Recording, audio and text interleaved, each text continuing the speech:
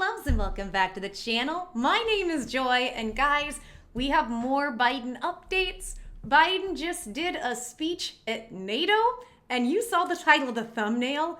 It got weird.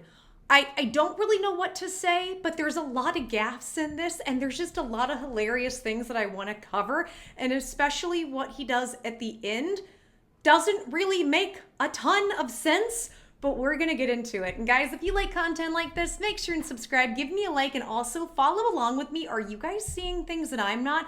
Sound off in the comments. So let's go ahead and let's take a look and see if we can decipher what he is saying. Again, this is Biden at NATO. So here we go. Good evening.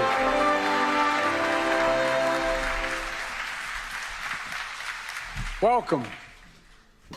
In 1949, the leaders of 12 countries, including President Truman, came together in this very room. History was watching. It had been 4 years since the surrender of the Axis powers and the end of the most devastating war the world had ever known. He's slurring so much. You guys hear it, right? The war, the world, the war. Guys, I promise, this is not a situation where I'm trying to make fun of him. I am terrified for this man. I am terrified for him. Somebody needs to get him some help. He should not be in this position. Look, and I'm not saying you can't be a public speaker and have a stutter or have issues. As I've said, I am disabled. I got chronic health issues, but I know my limitations as I continue to work on my body to get better. I don't know if he's in that position. And furthermore, we know from Jill Biden, they're not. She has adamantly said, no, we're not testing him. We're not getting him help for any of this stuff. And he doesn't have anything wrong with him. What is this then? What is this? I feel bad. He sounds drunk. And I don't think he's drunk. This poor guy. Here, these 12 leaders gathered to make a sacred pledge to defend each other against aggression, provide their collective security, and to answer threats as one, because they knew to prevent future wars, to protect democracies, to lay the groundwork for lasting peace and prosperity, they needed a new approach. They needed to combine their strengths. A one world government. They needed an alliance. And here they signed the Washington Treaty. I do not trust NATO. And created the North Atlantic Treaty Organization. We're in 2 wars now. The single greatest, most effective defensive alliance in the history of the world. Mr. Secretary General, leaders of NATO countries, foreign and defense ministers, representatives from partner nations.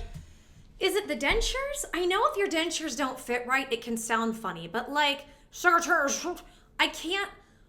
not trying to be mean. I can't understand him. Some of it I can decipher. Am I the only one hearing this? Like, do you guys understand him? And the European Union, and members of Congress, distinguished guests, welcome to the 2024 NATO Summit. It's a pleasure. I don't trust any of it. I do not trust NATO. Also, NATO It's a pleasure to host you in this milestone year, to look back with pride at all we've achieved and look ahead to our shared future with strength and with resolve. Together, we rebuilt Europe from the ruins of war, held high the torch of liberty during long decades of the Cold War. When former adversaries became fellow democracies, we welcomed them into an alliance. Welcome in an alliance. Also, guys, I just find it interesting that they're talking about how NATO prevents war, and yet we're in 2 of them. And this is all going to be about, we're going to continue to fund Ukraine. We're going to continue. And I believe the total right now is we've given 175 billion with a B, because we know Biden likes to get 1,000 million billions. He likes to get all that mixed up. And I'm not saying he likes to. That's probably the wrong phrasing. He just does. Again, I don't want to kick somebody when they're down and bully somebody. I've had the internet do that to me with my health issues. I know what it's like to have health issues and even have people not believe you in mass. Millions of people, tens of thousands. It's a horrible, horrible situation when you're trying to figure things out. I don't want to bully somebody. He needs help. His situation's different than mine. Like, I was trying to find help and couldn't get it. He has everything at his disposal, and nobody will help him. It is so sad. War broke out in the Balkans. We intervened to to restore peace and stop ethnic cleansing. And when the United States was attacked on September 11th, our NATO allies, all of you, stood with us, invoking Article 5 for the first time in NATO history, treating an attack on us as an attack on all of us. A breathtaking display of friendship that the American people will never, ever, ever forget. Through all this history, when great changes occurred, people would ask, can NATO adapt? And every time we proved we could adapt. So much. And we did, evolving our strategies to stay ahead of threats, reaching out to new partners to increase our effectiveness. And here with us today are countries from the Indo-Pacific region. They're here because they have a stake in our success, and we have a stake in theirs. Today, I mean, like he just repeated two sentences, like just repeated part of the sentences. And the thing is, guys, because people have said, well, why don't we scrutinize Donald Trump? I think Donald Trump has been scrutinized more than almost any political person ever. It's funny, watching the media go after him for things that weren't real is what really made me go, I do not trust the media, and it makes me more trust Donald Trump. And I think there's a lot more people like me who were sitting on the fence just watching to see what happens. But, you know, I'm not trying to be unfair, but with Trump doesn't do this. Trump sounds like and presents as he is of sound mind. And even if he does, let's say he makes a little mistake, he can play it off. He's entertaining. It doesn't matter. This is just a man struggling. That's what this looks like to me. NATO is more powerful than ever. 32 nations strong. For years, Finland and Sweden were among our closest partners.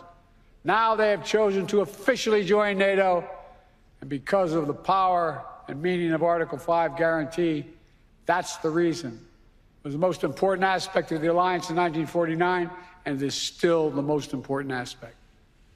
I'd also note, Finland and Sweden joined the alliance not just because their leaders sought it, because their citizens called for it in overwhelming numbers. Remember, NATO's character is fundamentally democratic, always has been and always must continue to be. And today, NATO is better resourced than it ever has been. I want to pause on this because it's significant. In the year 2020, the year I was elected president, only 9 NATO allies were spending 2% of their defense GDP on defense. This year, 23 will spend at least 2%. And some will spend more than that. And the remaining countries that have not yet reached that milestone will get there soon. This remarkable progress, proof that our commitment is broad and deep, that we're ready, that we're willing, we're able to deter aggression and defend every inch of NATO territory across every domain: land, air, sea, cyber, and space.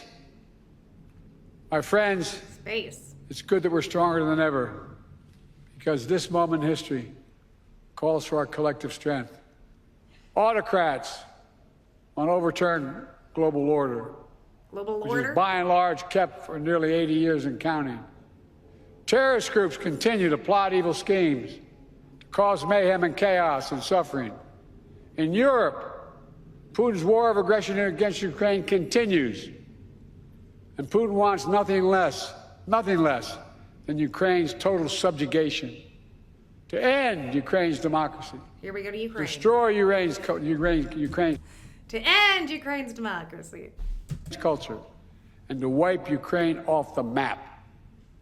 And we know Putin won't stop at Ukraine, but make no mistake, Ukraine can and will stop Putin. Well, then why are we... If Ukraine can and will stop Putin, then why on earth have we spent $175 billion when we were all in poverty? Why is everybody in Europe seemingly funneling money to this country who is losing the war? And guys, I don't want any innocent person, whether they are Russian or whether they are Ukrainian, I don't want anyone to suffer. That if you ever want to ask my stance on what do you think about such and such conflict, I hope that every innocent person and everyone in general, I wish for their peace and I wish for their healing, and I don't wish any ill will on anybody. That is always going to be my stance on these things. Always. I'm not going to take a side in the sense of I am for the goodness of all people and wanting to protect that. But with saying that, you can't help other people if you can't help yourself. Why are we in this war? Why are we in this war? I don't understand it. And no, they won't defeat them, not unless we continue to go into poverty. And this is what bothers me and so many Americans right now. Especially with our full collective support. They have our full support. Even before Russian bombs were falling in Ukraine, the alliance acted. I ordered the U.S. reinforcements at NATO's eastern flank. User's eastern flank. What's a user's eastern flank? Did you guys hear that? What did you tell me? Am I going crazy? Am I mishearing things? We ordered bombs in user's eastern flank. What is this?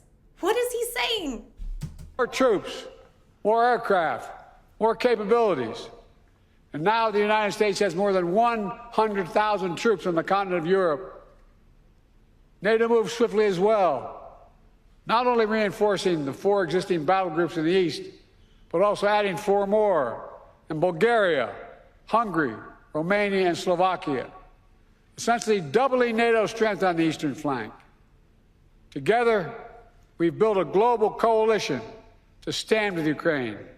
Together, we provided significant economic and humanitarian assistance. And together, we've supplied Ukraine with weapons it needs to defend itself. Tanks, armored fighting vehicles, air defense systems, long-range missiles, and millions of munitions. Millions of munitions. We're giving them millions of munitions. Ammunitions? Okay. United States, nearly 24 allied partners have signed bilateral security agreements with Ukraine. And more countries will follow. Today, I'm announcing an historic donation of air defense equipment for Ukraine. The United States, Germany, the Netherlands, Romania, and Italy will provide Ukraine with the equipment for 5 additional strategic air defense systems. What? We're providing equipment for 5 strategic air systems. I love that basically he said they have our full support. They have our full wallets. And we're going to continue to give them money, and we can't even pronounce exactly what we're going to do for them. Because we are all in poverty and they are laughing at us. They are using our energy and they are laughing at us. Disgusting. And in the coming months, the United States and our partners intend to provide Ukraine with dozens of additional tactical air defense systems.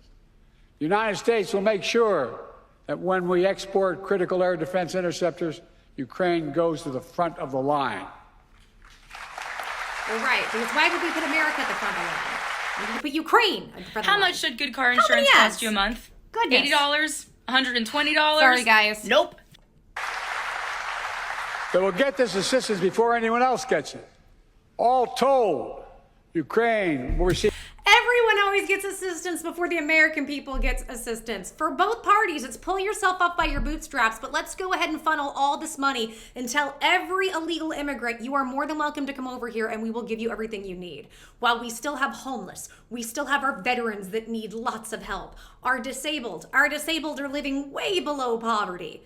The fact that our medical care system is so broken, and the majority of people my age, we're talking 30s and 40s, have chronic health conditions and chronic pain conditions that we can't get help for and we can't get any medical care for. The only thing they'll do is they'll shove pain meds at us and then act like we are people who are dependent on substances. In my situation, it's a kind of a curse and a blessing. I can't take those type of substances. My body is too sensitive. I'm too reactive to things. So I've had to do things like my Epsom salt, 2.5 hour Epsom salt sauna baths with heaters and, coffee enemas and things. It's awful. But a lot of us have had to go to naturopathy because our system is so broken. I just find it interesting that once again, we're going to put everybody else first. And he's literally saying it. Receive hundreds of additional interceptors over the next. He gave hundreds of additional interceptors. What's going on that he can't enunciate at all? I can understand you might have a denture issue here and there. I get it. But also, guys, there is technology to fix teeth, and technology is now coming out to even regrow teeth. He and his administration, they have access to all this amazing technology. Nobody's getting him any medical help. And that's why some of these people look like they don't age or they're just there forever. It's because they have access to medical tech we're not going to get. But nobody's giving it to him. They're just letting him suffer and crumble in front of us. Next year, helping protect Ukrainian cities against Russian missiles, Ukrainian troops facing air attacks on their front lines. Make no mistake, Russia is failing in this war. No, they're not. More than 2 years into Putin's war of choice, his losses are staggering. More than 350,000 Russian troops dead or wounded. Ukraine is losing. Nearly 1 million Russians, many of them young people, have left Russia because they no longer see a future in Russia. That's true, but stop lying. And Kyiv, remember, fellas and ladies, supposed to fall in 5 days, remember? Was still standing 2.5 years later and will continue to stand. Because we are funding it. He's lying. They are winning. All of we allies knew that before this war, Putin thought NATO would break. Today, NATO is stronger than it's ever been in its history. When this senseless war began, Ukraine was a free country. Today, it is still a free country. But you won't let him in. And the war will end with Ukraine remaining a free and independent country. But you don't let them in NATO. Russia will not prevail.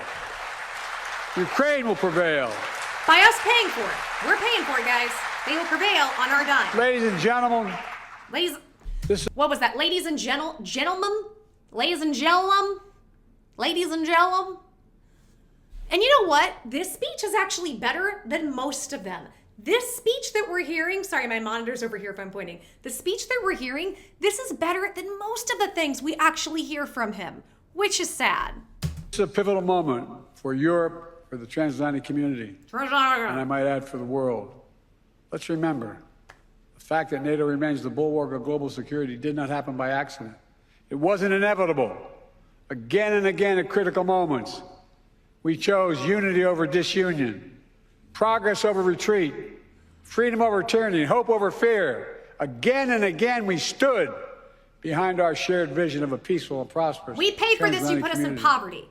Here at this summit, we gather to proclaim NATO is ready and able to secure that vision today and well into the future. This is why this drives me nuts, guys. We have the technology to get all of us globally, every citizen out of poverty. And you might say, no, we don't. That's not realistic. No, we do. They have it and they hide it from us. They suppress it from us. We've had this at least since the 40s. And guys, we had it thousands of years ago. It has been long suppressed from us.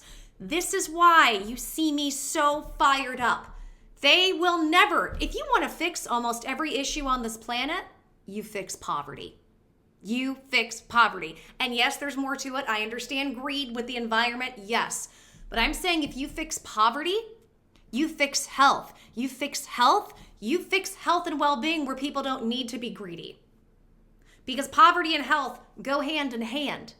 They won't ever give us access to these things. They want us in poverty.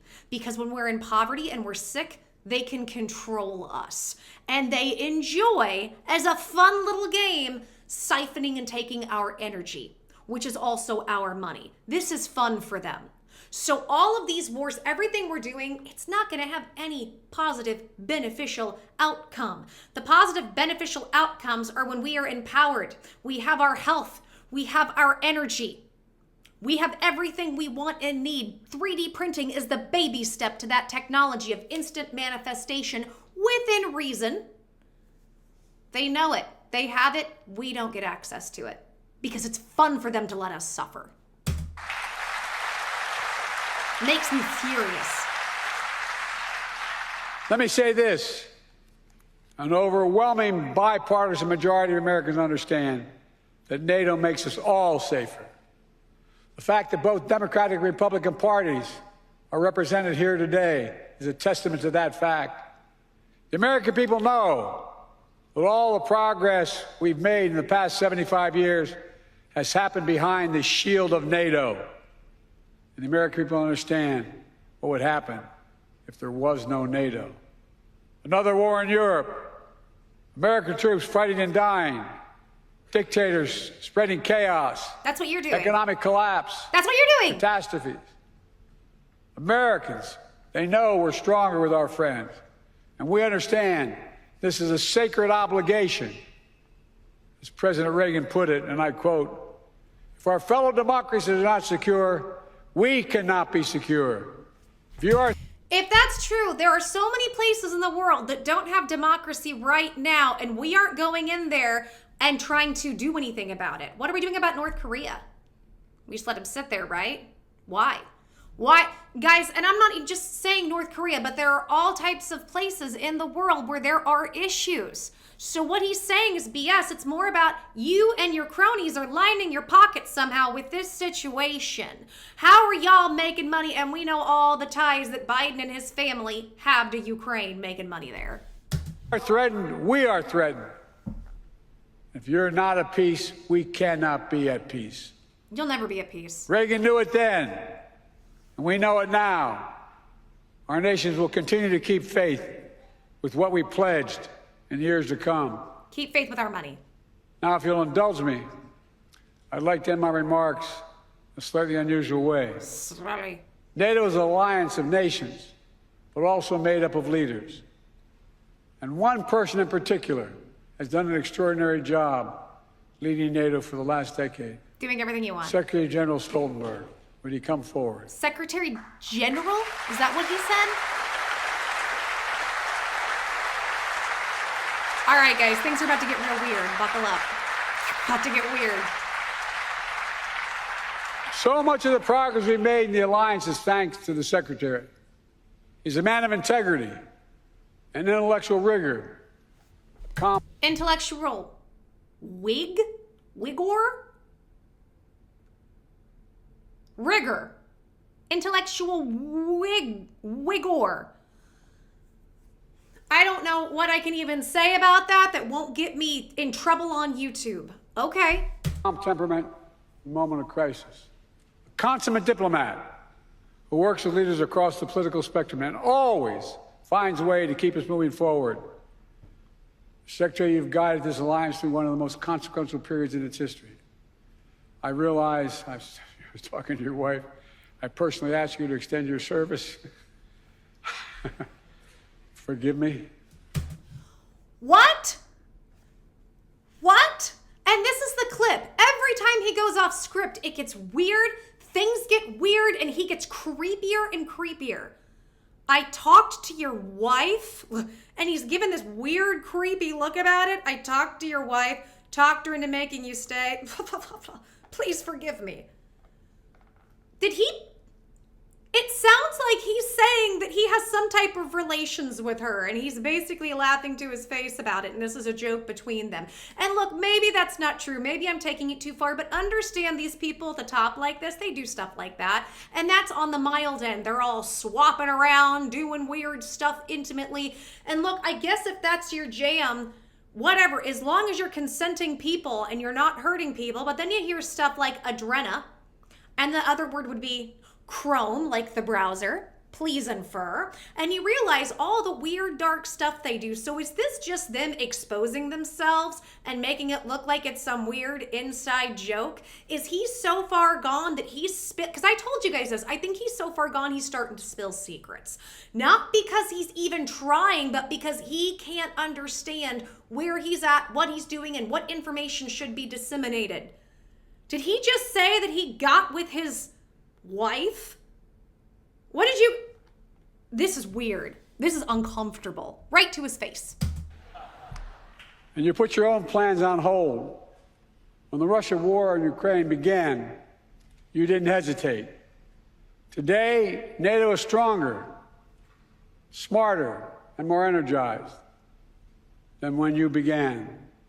And 1 billion people across Europe and North America, indeed the whole world, will reap the rewards of your labor for years to come in the form of security, opportunity, and greater freedom. For these reasons, I'm pleased to award you the highest civilian honor the United States can bestow, the Presidential Medal of Freedom. Ask a military to come forward. What do you say? Ask a little. All right, this is going to get awkward too, guys. NATO is weird. I'm asking to read the citation.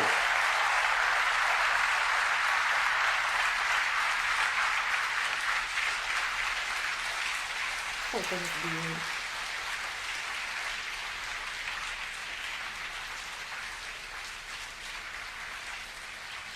The President of the United States of America awards this Presidential Medal of Freedom to Jens Stoltenberg. A visionary statesman and ceaseless defender of democracy, Secretary General Jens Stoltenberg has guided the NATO alliance through the most consequential decade for European security since World War II. When Vladimir Putin launched his brutal assault on the people of Ukraine, betting that NATO would break, Secretary General Stoltenberg proved him wrong. Under his stewardship, NATO has become stronger and more united than ever, and Americans for generations to come will benefit from the safer world he helped create. He demonstrates that the core truth of the alliance is as powerful now as it was 75 years ago. Together, we are stronger. It's gonna get awkward.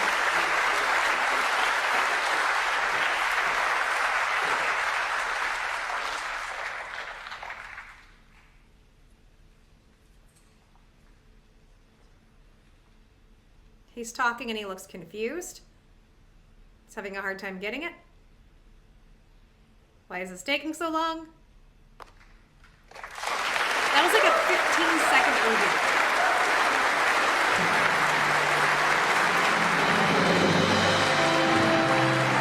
I don't know, that embrace seems a little weird. I understand maybe. Now, unfortunately, the last part that you don't see, that last clip, is he seems to get confused as to where he is at the end and needs help being guided on getting off the stage and where to go. Surprise, surprise. So this is where we're at. Guys, this speech was actually better than most we've seen. It makes me sad. It just makes me sad. Also, all this propaganda about all these wars that we're in that we should not be in. It's not because I want other people to suffer. It's not because I don't think other people should be offended, but we have to fix what's going on home first. We have to fix here, and nobody seems to want to do it but Trump. Trump, to me, seems like the only one who has any common sense about how to fix these issues. Because remember, these people, they don't want to fix these issues. They don't want to make things better for us. They don't want to make us healthier and happier, and they don't want us out of poverty. They want to do everything they can to keep us in these positions. But I believe the universe or God or whatever you want to call it spiritually, the highest form of love and energy that you want to call it, I believe there is another plan. And the plan is finally that this time of these horrible people being in control of all of us is over and it's being exposed. Guys, it's not that I really care about politics. I don't really subscribe one way or the other to any of these things or any of these people. It's that I am not just enjoying watching this circus, but I feel like I want to use my voice in helping to continue to expose the light and shine what's going on, as all of you are as well who are watching this and drawn to my content. And what I want to say is, guys, regardless of how bad things look, regardless of how ridiculous it is, remember there's a reason for everything. And the reason is things are about to get really good. But as humans, we have a choice. What path are we going to go down? Are we going to go ahead and vote for somebody who is clearly medically incapacitated and needs help simply because we're terrified of Trump? Are we going to understand, are we terrified of Trump because these same people who've been lying about Biden have been lying about Trump this whole time? Does it make Trump a perfect person? No. Does he always speak perfectly? No. And he doesn't claim to. But he can put sentences together, and he actually has and had policies that did help us and made things better for us. And in my opinion, the choice is ours, and I don't know what choice I'm making. What do you guys think about this? What do you think my assessment of this? Tell me your thoughts, guys. Sound off in the comments. Also, if you like this type of content, make sure and subscribe. Hit that like button. I'd love to see you around. And with that, everybody, until the next video, and there will be more, because this crap show doesn't stop, I'm giving y'all hugs, kisses, stay safe. I'll see you soon. Bye.